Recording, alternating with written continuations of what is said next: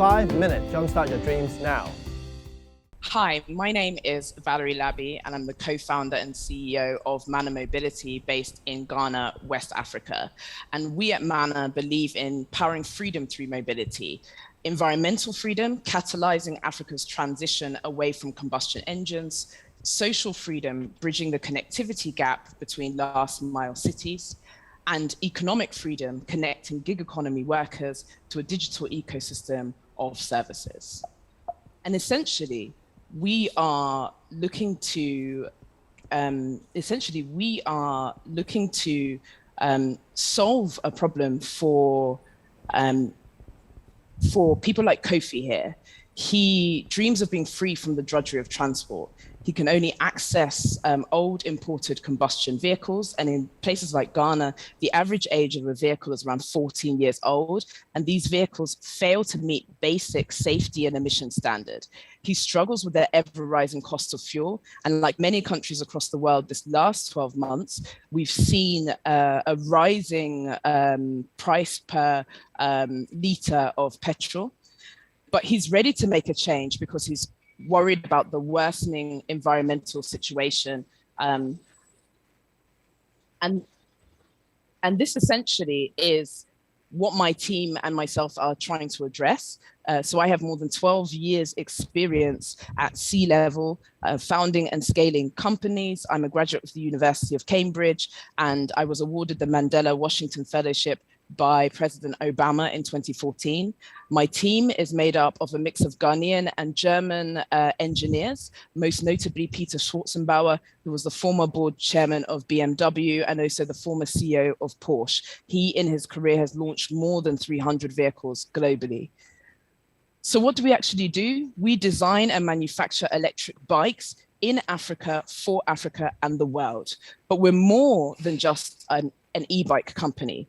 We also connect our bikes to gig economy riders, and via our digital platform, we offer them services such as subscribe to own payment plans. They can monitor their EV, they can earn a good living collecting people and goods, get instantly paid and earn CO2 credits. And this community of EV riders and drivers positions us in the best situation to be able to offer sustainable fleet as a service solutions to some of the most well-known e-commerce platforms such as Bolt.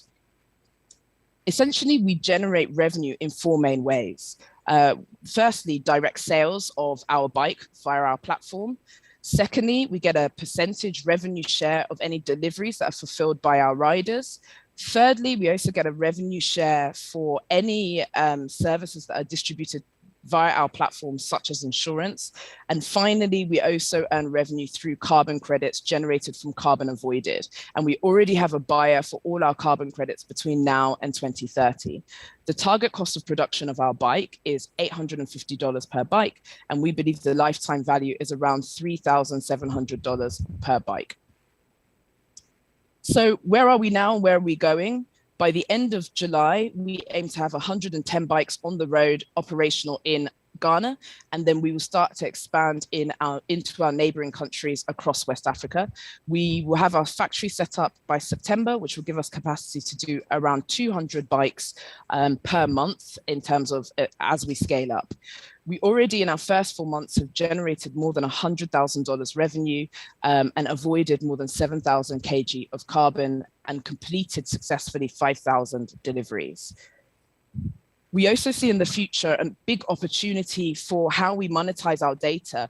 We have telematic data. We also have data around rider safety and rider behaviors. And we also have an opportunity to collect air quality data. We're looking for global partnerships, and in Hong Kong specifically, we're looking for supply chain partners. We're looking for working with talented engineers, and then long term could offer a licensing opportunity for manufacturers also in Hong Kong to produce our bike. To conclude, we are closing a round of $6 million US dollars, of which we've had 2 million committed. This will enable us to scale up our production, but also address the key SDGs that we are targeting. Thank you very much. We are WAHU Mobility. Thank you very much. May we now invite questions from the judges? Thank you.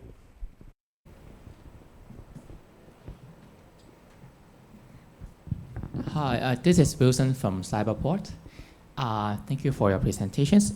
I can see a slide that showing one of your revenues is come from selling the e-bike that costs about $1,300 per byte. So, Yeah. and at the very beginnings, I heard that you mentioned your target is the byte for the underwealth. So I'm wondering whether this price is affordable in that your target countries. Yes, so I think it's important for us when we started designing the bike was to understand the durability of the bike that's needed to actually operate in African markets. So what we realized very quickly is the USP of the bike has to be durability and reliability in our markets. So we didn't want to go extremely cheap on price point.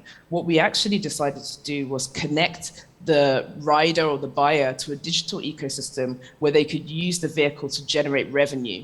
And so what we have now is a proof point that if we can get around 10 deliveries to a rider per day, they would then be able to do two things: pay off our bike through a weekly subscription relatively easily and earn enough revenue themselves, which actually creates a retention element for the rider.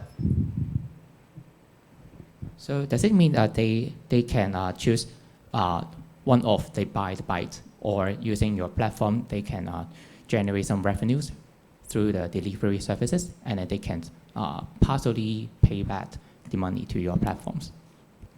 Yes, exactly. Okay. So essentially, they earn revenue through the platform, and then we have fleet partnerships that we provide to them. So that enables us to actually deduct the cost of the bike over a period of 18 or 24 months so that they own it at the end. Okay, thank you.